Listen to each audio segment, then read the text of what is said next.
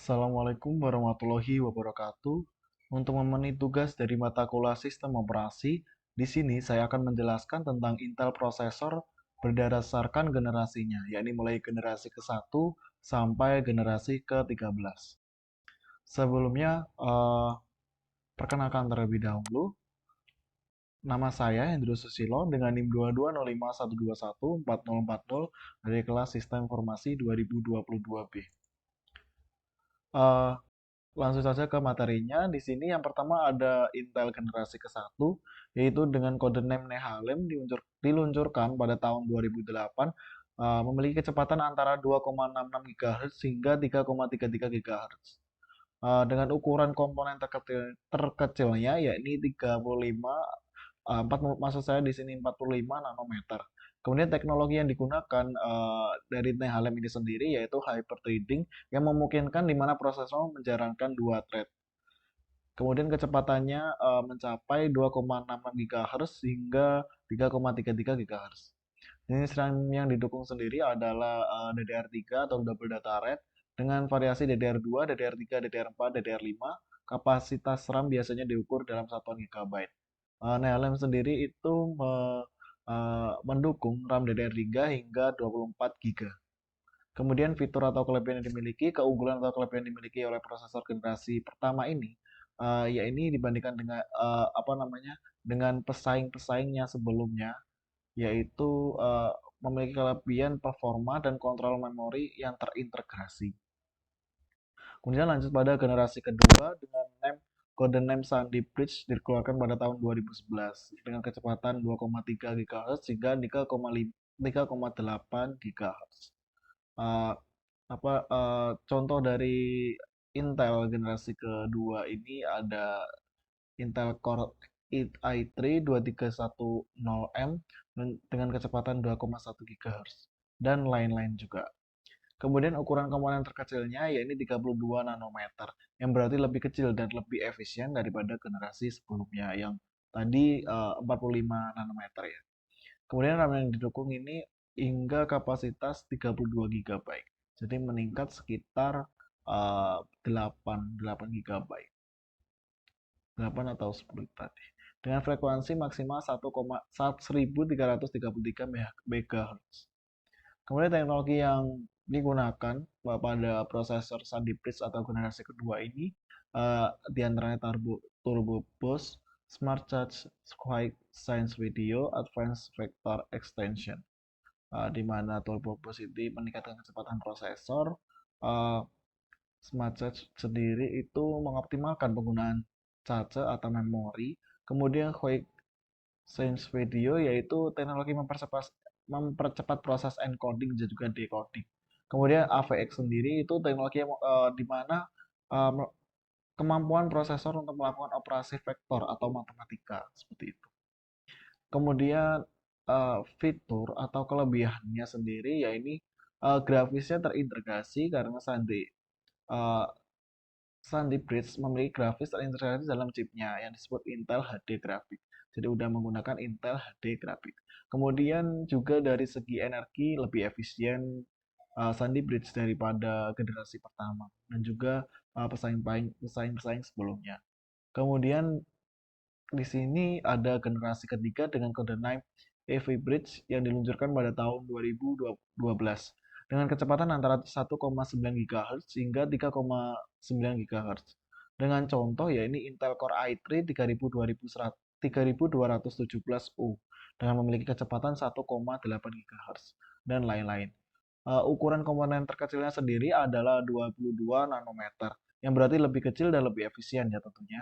Kemudian RAM yang didukung dari Ivy Bridge yang ya ini hingga kapasitas 64 GB dengan frekuensi maksimal 1600 MHz. Kemudian ada teknologi-teknologi yang digunakan pada prosesor Ivy Bridge ini atau generasi ketiga ini yaitu 3-gate, PCI Express 3.0, USB 3.0, DirectFlash dan juga OpenCL 1,2.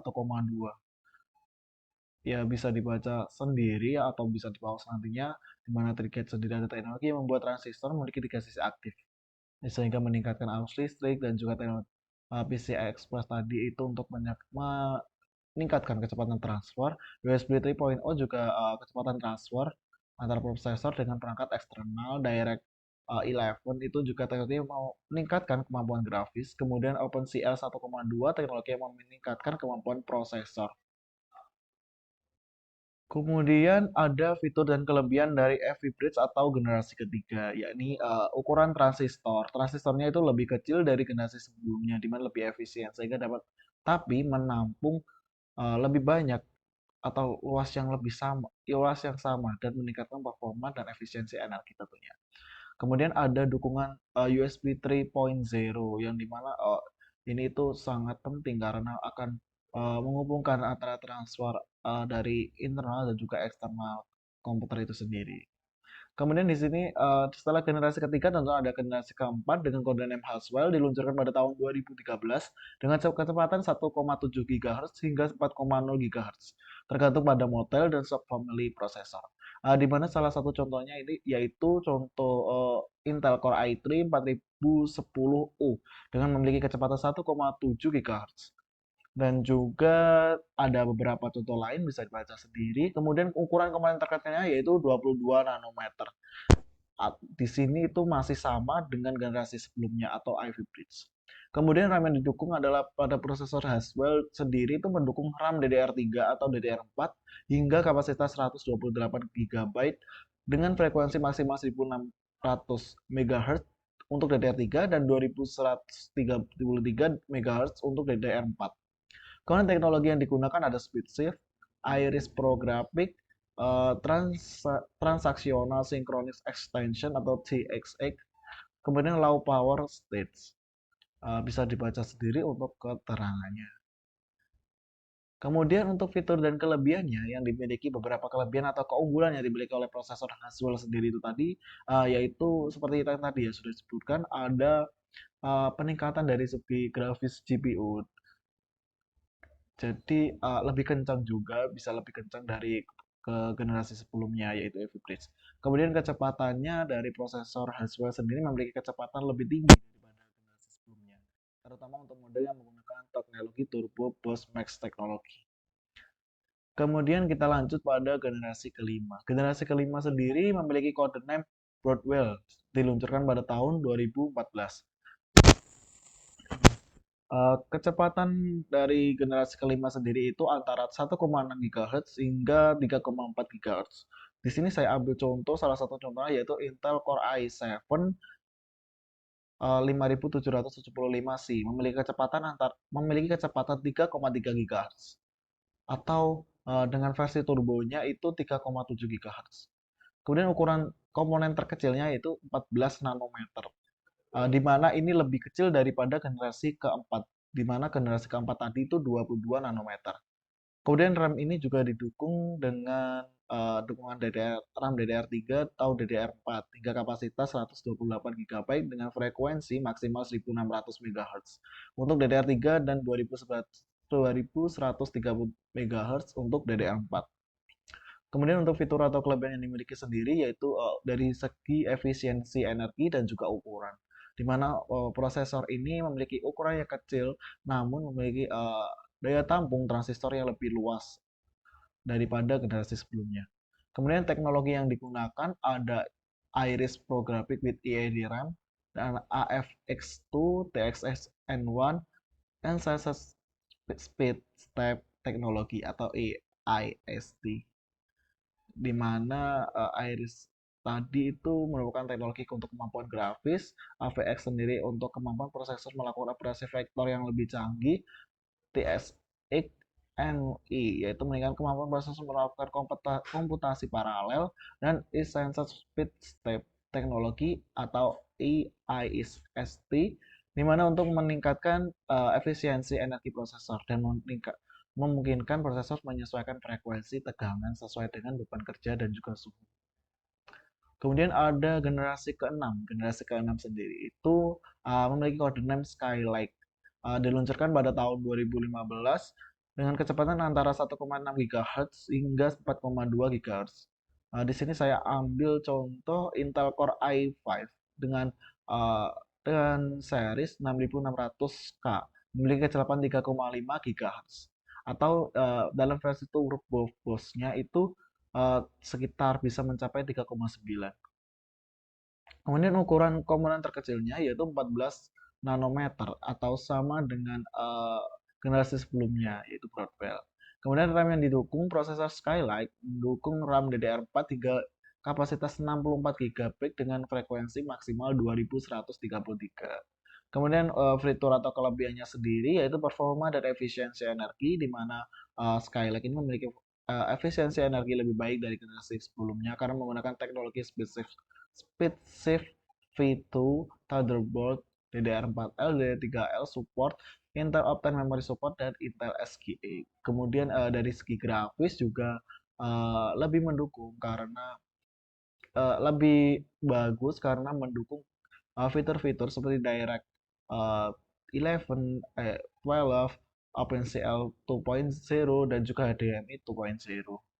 Kemudian teknologi yang digunakan beberapa teknologi yang digunakan pada Skylake ini yaitu uh, contohnya SpeedShift V2 di mana teknologi yang meningkatkan responsivitas prosesor dengan mempercepat proses perubahan frekuensi tegangan prosesor sesuai dengan beban kerja ya SpeedShift tadi.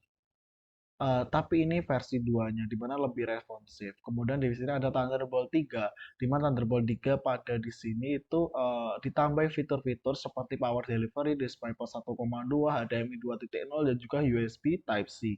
Kemudian ada DDR4L atau DDR3L support, di mana uh, lebih performanya lebih baik daripada DDR3 dan 4 biasa.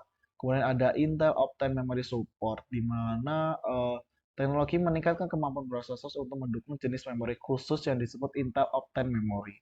Kemudian ada Intel SGX atau Software Extension, di mana teknologi meningkatkan keamanan dari area thread enkripsi pada enclave di dalam memori prosesor sendiri. Oh, di sini tadi sampai sini. Oke, kemudian dilanjut pada generasi ketujuh ada namanya ini Kaby Lake. Diluncurkan tahun 2016 dengan kecepatan 1,8 GHz hingga 4,5 GHz tergantung pada model dan juga subfamily prosesornya ya. Kemudian di sini saya ambil contoh pada Core i5 7600K memiliki kecepatan 3,8 GHz atau dalam versi turbonya itu 4, bisa mencapai 4,2. Kemudian ukuran komponen terkecilnya yaitu 14 nanometer atau sama dengan generasi sebelumnya. Kemudian yang didukung dari Kaby Lake sendiri yaitu RAM DDR4 hingga kapasitas 64 GB dengan frekuensi maksimal 2400 MHz. Jadi cuma mendukung RAM DDR4 ya. Kemudian ada fitur atau kelebihan yang dimiliki. Pertama yaitu performa dan juga grafis itu terus meningkat karena sudah memanfaatkan teknologi SpeedShift V3, TBMT V3.0, 3.0, HFVC Main 10, NVP9, hardware decoding support, dan juga lebih efisiensi pada penggunaan energi. Dimana terus ini ada teknologi yang digunakan pada generasi ke-7, di mana Speed Shift versi 3. Versi 3 ini memiliki lebih cepat dan lebih responsif dibanding versi kedua. Kemudian Turbo Max Technology TBMT V3.0, di mana teknologi ini memungkinkan prosesor beroperasi di atas frekuensi standarnya hingga 200 MHz lebih tinggi daripada TBMT 2.0. EVC Main 10 and VP9 hardware decoding support.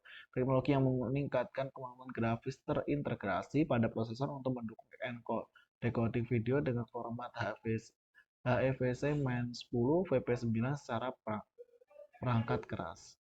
Kemudian Intel Optane Memory Support, di mana meningkatkan kecepatan akses data dan performa sistem secara keseluruhan. Kemudian di sini ada generasi ke-8 dari Kaby Lake Refresh, Coffee Lake, Whiskey Lake, Amber Lake, Canon Lake, and Canon Lake maksudnya. Diluncurkan pada tahun 2017 hingga 2018. Kecepatan antara 1,6 GHz hingga 5,0 GHz tergantung pada subunit prosesornya. Dengan contoh kita ambil Intel Core i5 8600K memiliki kecepatan 3,6 GHz atau dalam versi turbonya bisa 4,3. Kemudian ukuran komponen terkecilnya adalah 14 nanometer untuk semua subfamily kecuali Canon Lake yang menggunakan ukuran 10 nanometer.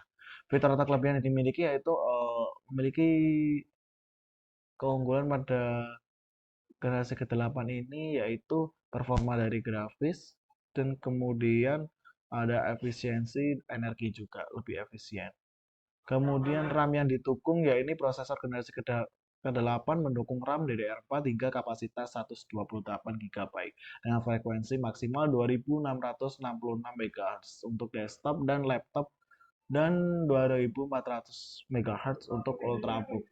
Kode name di sini teknologi yang digunakan yaitu uh, ada up to 6 core for desktop and laptop, kemudian ada up to 4 cores for ultrabook, first consumer processor with a core count of more than 4, and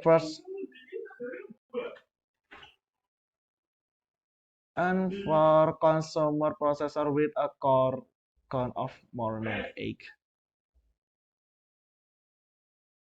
HEVC 10, NVP 9 hardware encoding support, Intel Optane memory support, Thunderbolt 3, SpeedShift V3, Intel SGX. Kemudian dilanjut pada generasi ke-9 ada Coffee Lake Refresh, Ice Lake, Comet Lake dan dikeluarkan pada tahun 2018 hingga 2019. Di mana kecepatannya 1,0 GHz hingga 5,3 GHz. Tergantung pada modelnya. Di sini saya ambil Intel Core i9 1900K memiliki kecepatan 3,7 GHz atau pada turbonya itu 5,3. Ukuran komponen terkecilnya ada 14 nanometer untuk semua subfamily kecuali Ice Lake yang menggunakan ukuran 10 nanometer. Ada yang digunakan di sini up to 8 cores for desktop and laptop Coffee Lake Refresh, ada Ice Lake and Comet Lake, ada untuk first camera processor with a core count of more than 8 pada Coffee Lake Refresh S dan juga first consumer processor with a core count of more than Comet Lake S dan lain-lain bisa disimak. Kemudian dilanjut pada generasi ke-10 ada dengan kode name Comet Lake, Sunny Cove, Tiger Lake. Diluncurkan pada tahun 2019 dengan kecepatan antara 1,0 GHz hingga 5,3 GHz. Di sini saya ambil Intel Core i9 1980HK memiliki kecepatan antara 2,3 GHz atau versi turbonya sendiri ada 5,3 GHz. Ukuran komponen terkecilnya ada 14 nanometer maksudnya saya di sini dan untuk semua subfamily kecuali Sunny Cave dan juga Tiger Lake yang ukurannya itu 10 nanometer.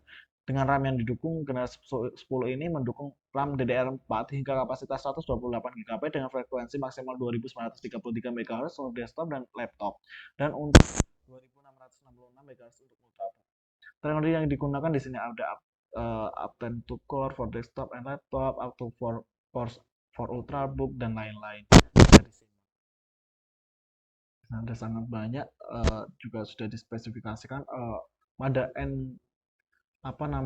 pada kode name apa CSS. Kemudian di sini juga ada fitur atau kelebihan lanjutan di mana performa dan grafis dan efisiensi energi. Jadi untuk setiap peningkatan pada setiap generasinya itu pasti ada peningkatan performa dan juga grafis serta efisiensi energi, di mana efisiensi energi di sini sudah menggunakan fitur low power stage yang dapat mengurangi konsumsi dari prosesor hingga hampir 0 watt ketika dalam mode tidur atau mungkin bisa dibilang mode sleep, bukan hibernate. Nah, kemudian di sini untuk grafisnya itu udah sangat keren ya karena udah disebutkan di atas tadi.